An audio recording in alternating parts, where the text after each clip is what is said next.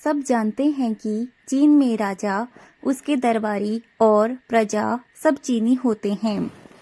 यह कहानी बहुत पहले घटी थी और इसीलिए इससे पहले कि इसे सब भूल जाएं, सुन लेनी चाहिए।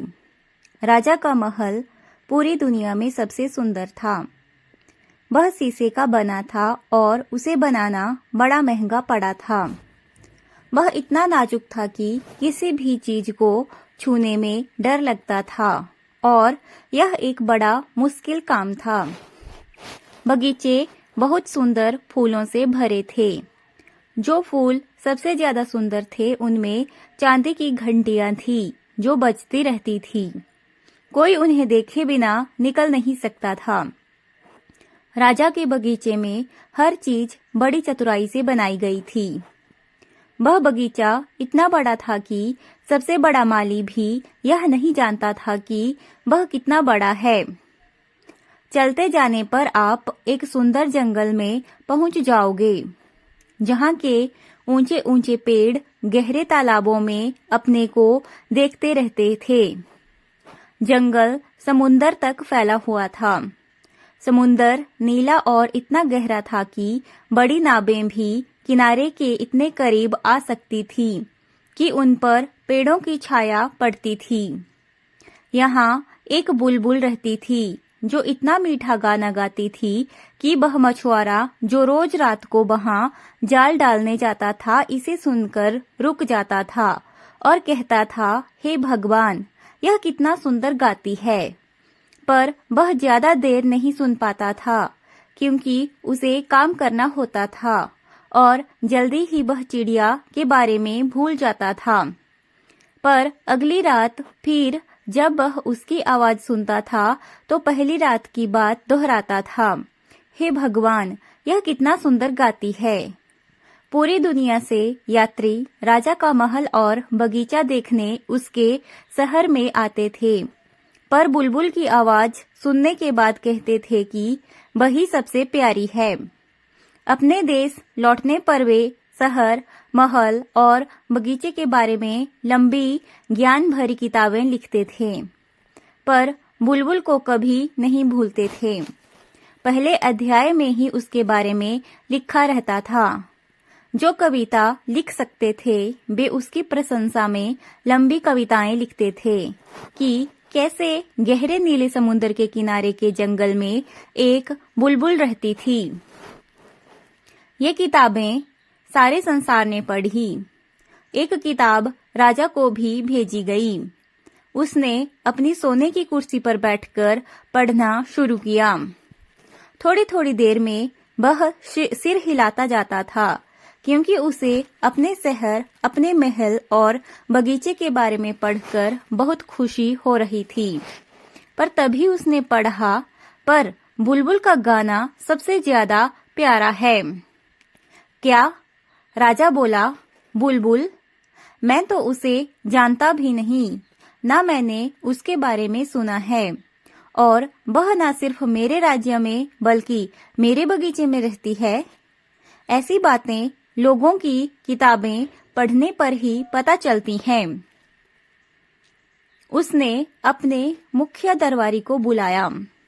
वह बहुत भद्र था, यहाँ तक कि कोई उससे नीचे स्तर का आदमी भी अगर उससे बात करता या उससे कुछ पूछता था तो उसका जवाब सिर्फ जी होता था और इसका कोई अर्थ नहीं होता। राजा ने पूछना शुरू किया, एक अजीब और मशहूर चिड़िया है जिसे बुलबुल कहते हैं।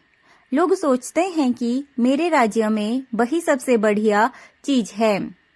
मैंने उसके बारे में क्यों नहीं सुना? दरबारी बोला, मैंने उसके बारे में कभी नहीं सुना, ना उसे कभी दरबार में पेश किया गया है।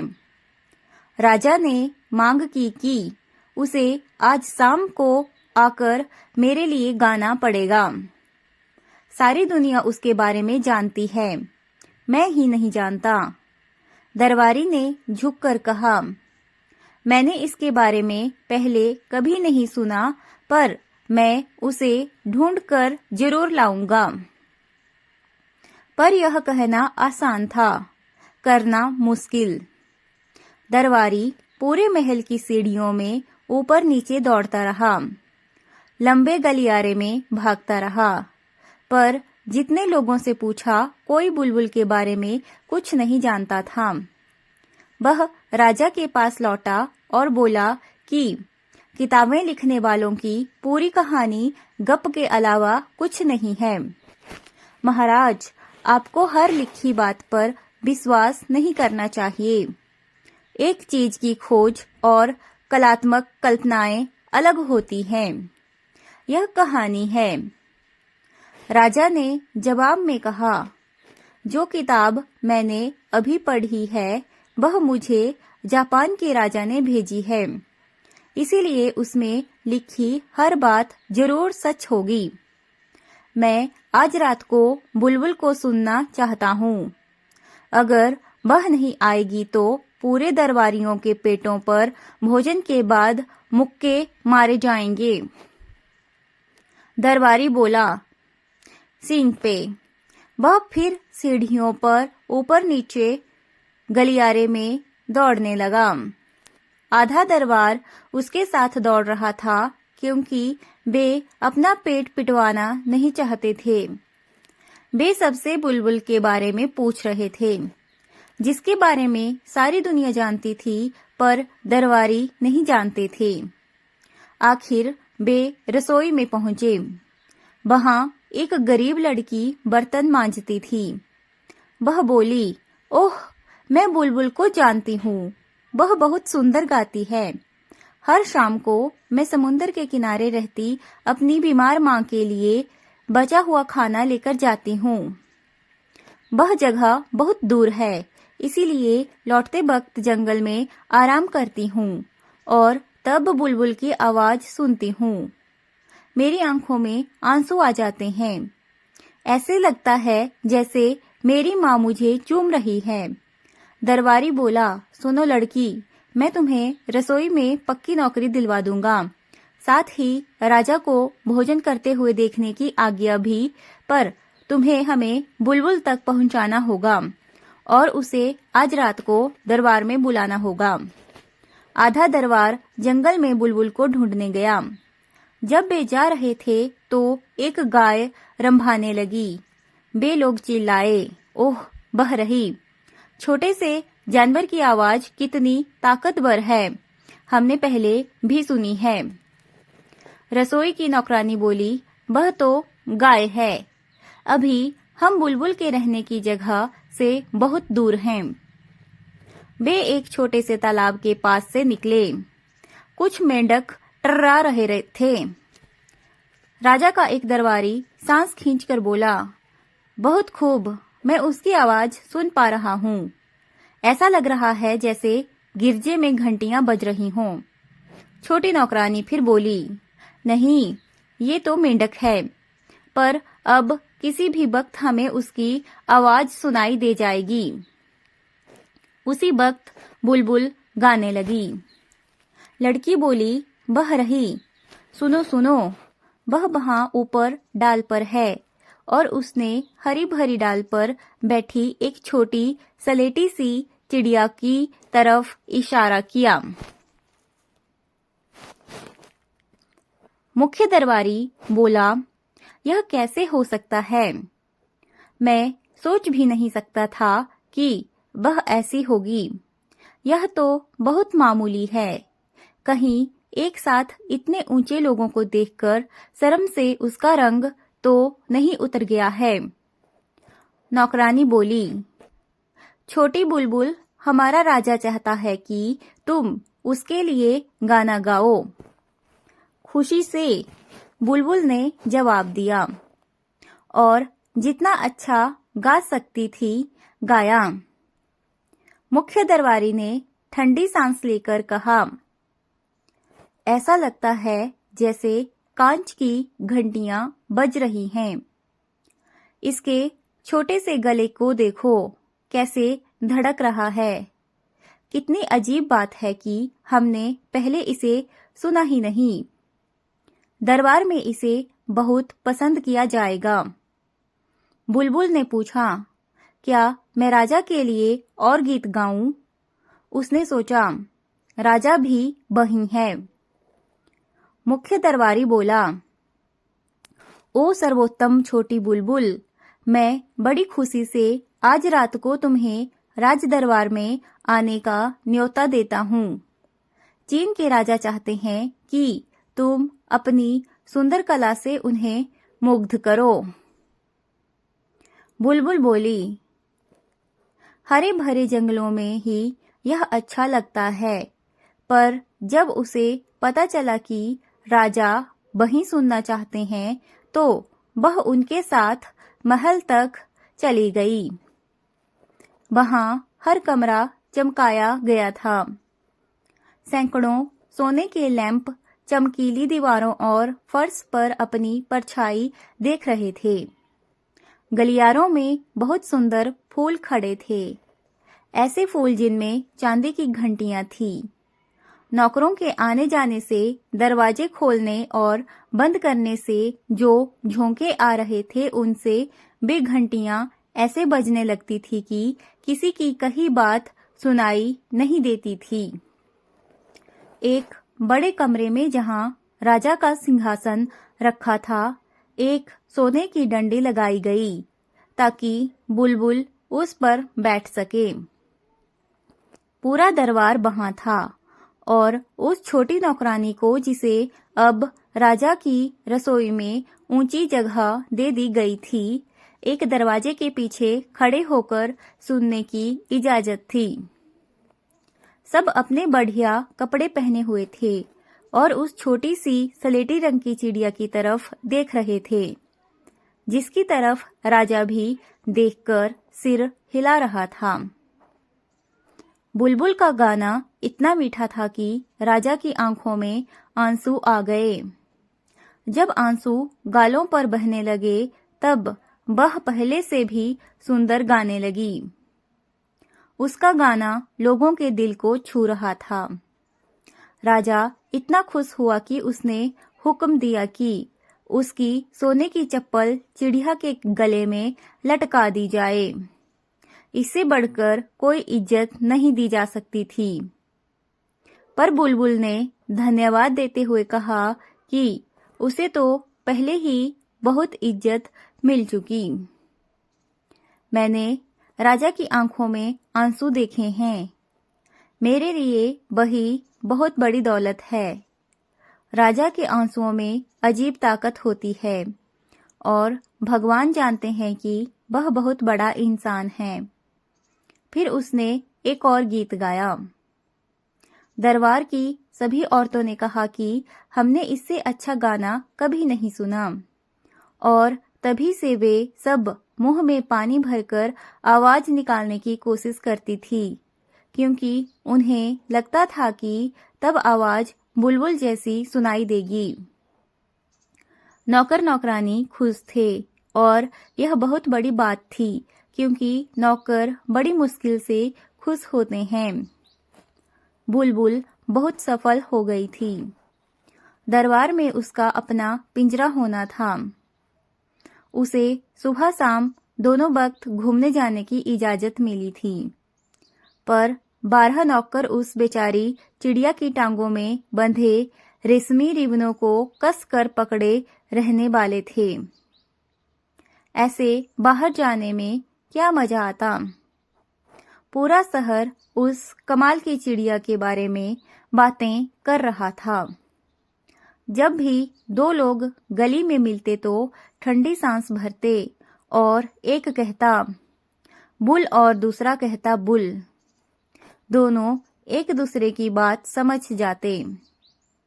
12 मिठाई की दुकान वालों ने अपने बच्चों के नाम बुलबुल रखे, पर एक भी गाना नहीं जानता था। एक दिन राजा के लिए एक पैकेट आया जिस पर बुलबुल लिखा था। राजा बोला, शायद यह हमारी चिड़िया पर एक और किताब है, पर राजा गलत था। वह एक मशीनी बुलबुल थी। वह एक छोटे से डिब्बे में थी और असली लग रही थी।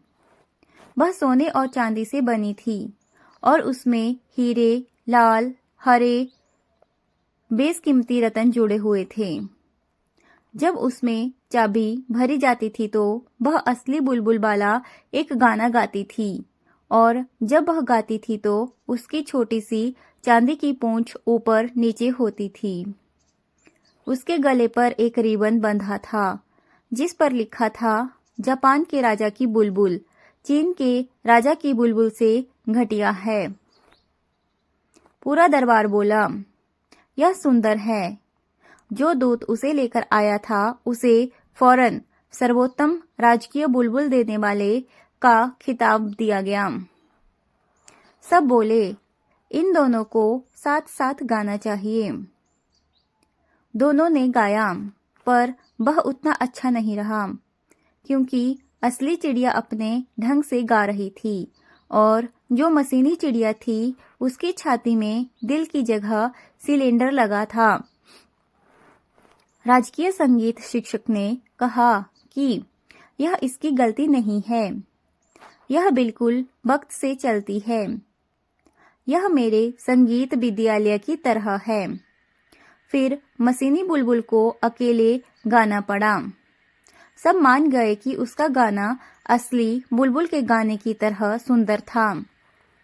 इसके अलावा नकली चिड़िया देखने में ज्यादा सुंदर थी क्योंकि वह हीरे, पन्ने, मानिक से जड़ी थी और जड़ाऊ कंगन और पिन की तरह चमक रही थी।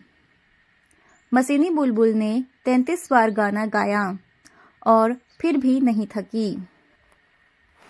दरबारियों का मन था कि वह 34वीं बार गाए, लेकिन राजा को लगा कि अब असली बुलबुल को गाना चाहिए। पर वह थी कहाँ? किसी ने ध्यान भी नहीं दिया कि वह खुली खिड़की से उड़कर अपने प्यारे जंगल में चली गई थी। राजा ने गुस्से से कहा, इसका क्या मतलब है? और पूरा दरबार भी बुलबुल को दोष देते हुए कहने लगा कि वह कितनी कृतघ्न है।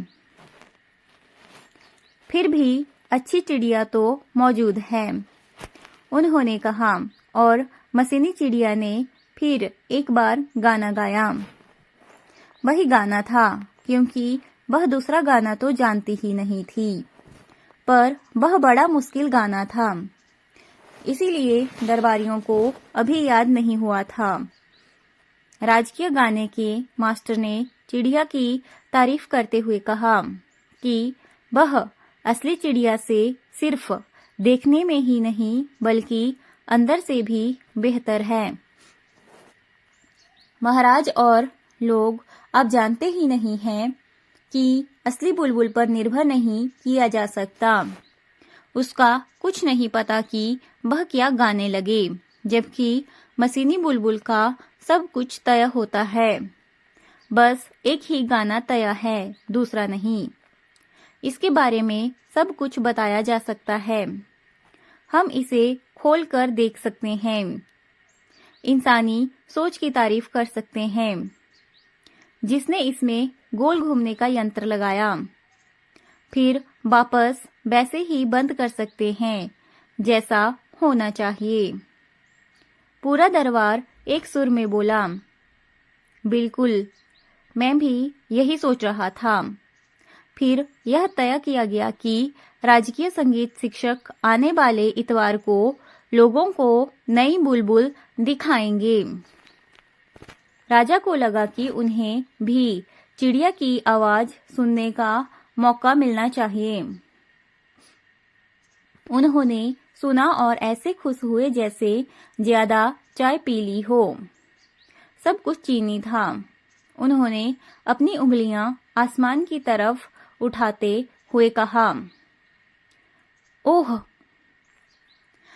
पर जिन गरीब मछुआरों ने असली बुलबुल का गीत सुना हुआ था, वे फुसफुसाए, यह चिड़िया के गीत की तरह सुंदर तो है, पर कोई कमी है जिसे मैं समझ नहीं पा रहा हूँ। असली बुलबुल को देश निकाला दे दिया गया।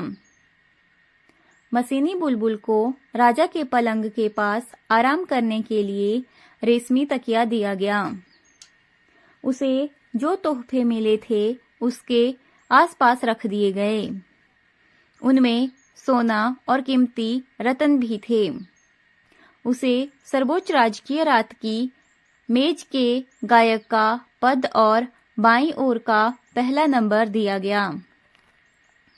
राजा का ख्याल था कि बाईं तरफ ज्यादा ऊंची है क्योंकि उसी तरफ दिल होता है। यहाँ तक कि एक राजा का दिल भी उधर ही होता है। राजकीय संगीत शिक्षक ने 25 भागों में मशीनी बुलबुल पर एक किताब लिखी। वह सिर्फ लंबी और ज्ञान से भरी ही नहीं थी, बल्कि उसमें सबसे मुश्किल चीनी शब्द भी थे। इसलिए सबने उसे खरीद लिया और कहा कि पढ़ ली और समझ भी ली है, क्योंकि नहीं तो लोग सोचेंगे कि वे बेवकूफ हैं और फिर उनके पेट पर घूंसे मारे जाएंगे। 1 साल बीत गया। राजा, दरबार और चीन के सभी लोगों ने सर्वोच्च राजकीय रात की मेज के गायक का गाना याद कर लिया था और यही कारण था कि उन्हें वह इतना अच्छा लगता था। वे उसे खुद गा सकते थे और गाते थे। गली के बच्चे भी गाते थे। राजा भी गाता था। ओह, मजा आता था। पर एक शाम को राजा बिस्तर में लेटा हुआ सुन रहा था और चिड़िया बहुत बढ़िया गा रही थी कि तभी उसके अंदर आवाज हुई। वह टूट गई थी। सब पहिए घूम रहे थे और फिर चिड़िया चुप हो गई। राजा पलंग से कूदा, अपने डॉक्टर को बुलाया, पर वह कुछ नहीं कर सका। इसीलिए राजा के घड़ी साज को बुलाया गया। उसने बड़ी मुश्किल से चिड़िया की मरम्मत की, पर उसने बताया कि सिलेंडर घिस गए हैं और नए नहीं लग सकते। चिड़िया को रिहाई देनी पड़ेगी। उसे इतनी बार नहीं चलाया जाना चाहिए। यह बहुत बड़ी दुर्घटना थी। अब सिर्फ चिड़िया साल में 1 बार मशीनी चिड़िया को गाने दिया जाता था और तब भी पूरा गाना गाने में उसे मुश्किल होती थी। पर राजकीय संगीत मास्टर ने बड़े मुश्किल शब्दों में एक भाषण दिया और बताया कि चिड़िया पहले की तरह बिल्कुल ठीक थी और थी भी। 5 साल बीत गए। एक बड़ी बदकिस्मती की बात हुई। सब बूढ़े राजा को बहुत प्यार करते थे, पर वह बीमार पड़ा। सब मान गए कि अब वह ठीक नहीं होगा। कहा गया कि नया राजा चुन लिया गया था।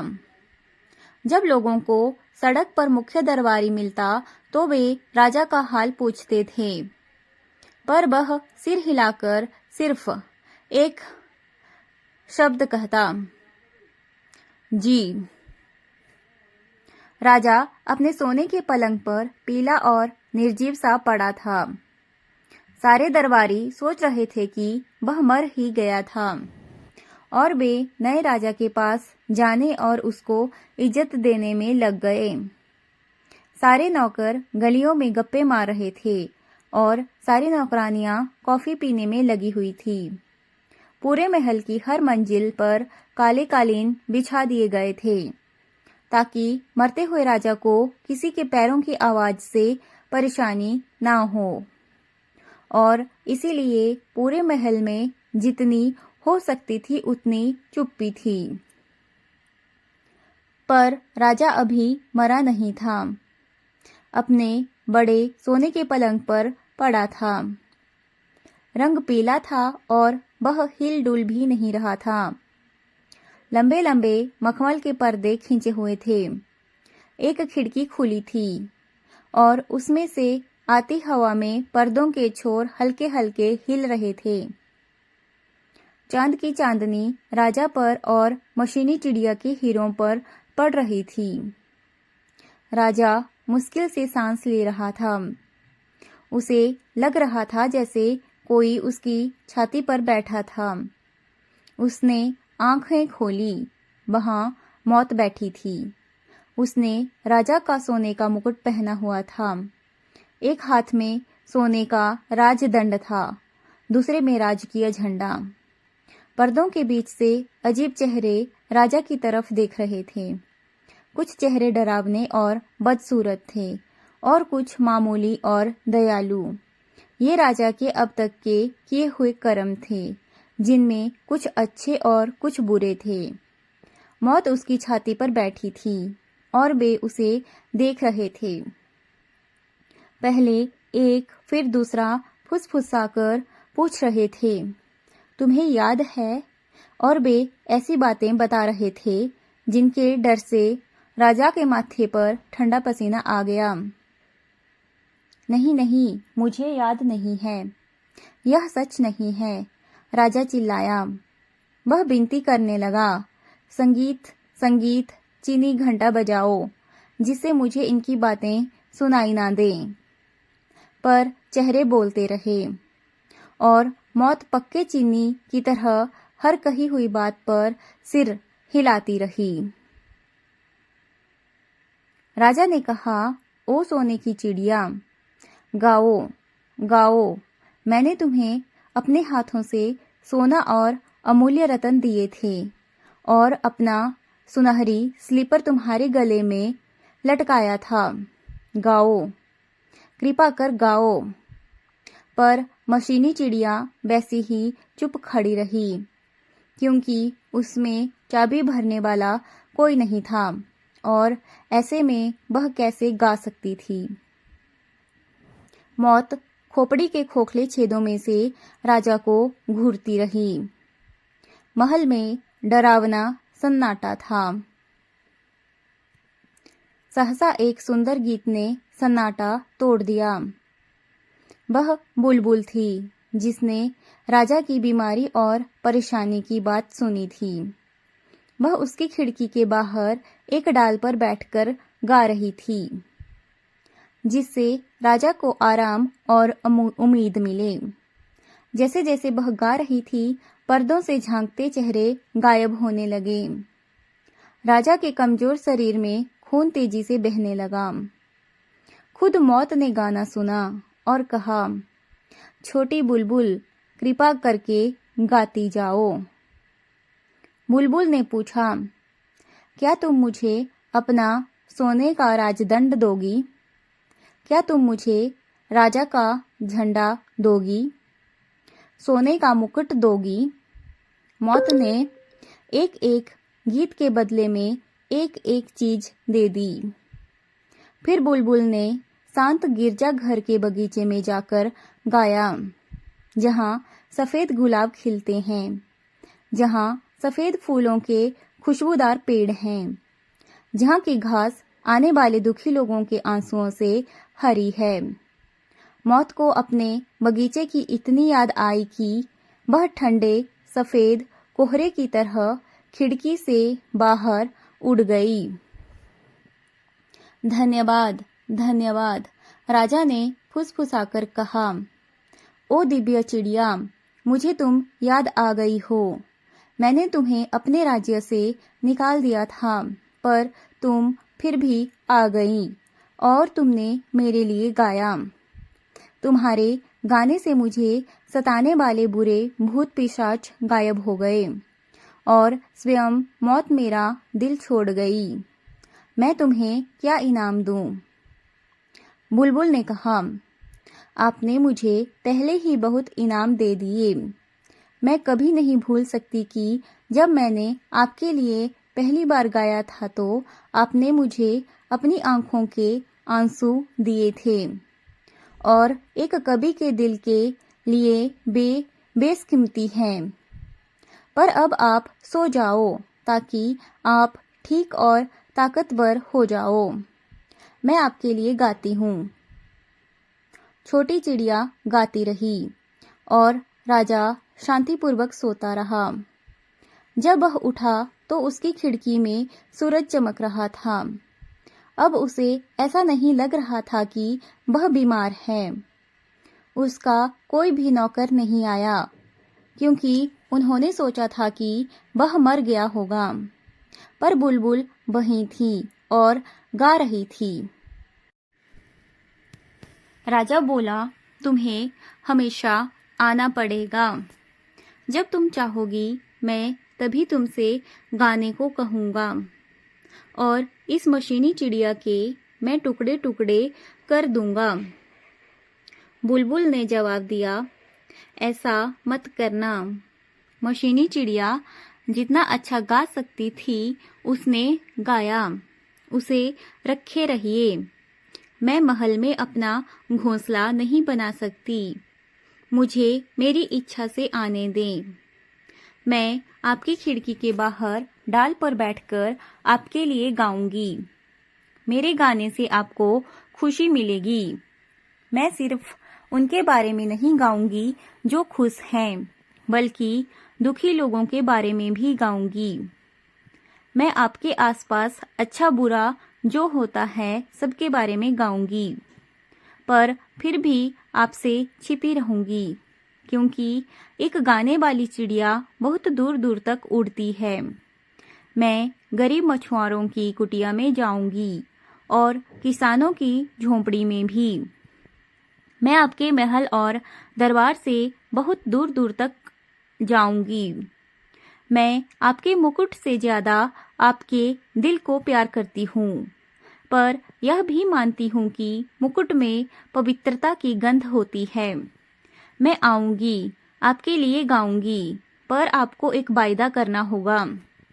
राजा ने अपनी राजसी पोशाक पहन ली थी। राजदंड अपनी छाती से सटाकर बोला, मैं तुमसे कुछ भी वायदा कर लूंगा। मेरी विनती है कि आप किसी को नहीं बताना कि आपके पास एक चिड़िया है जो आपको सब कुछ बताती है। तब आप और भी अच्छे काम करेंगे। इतना कहकर बुलबुल वहां से उड़ गई। नौकर अपने मरे हुए मालिक को देखने कमरे में आए। जब राजा ने सुप्रभात कहा तो वे देखते रह गए। I hope you all enjoyed this story. Thanks for watching.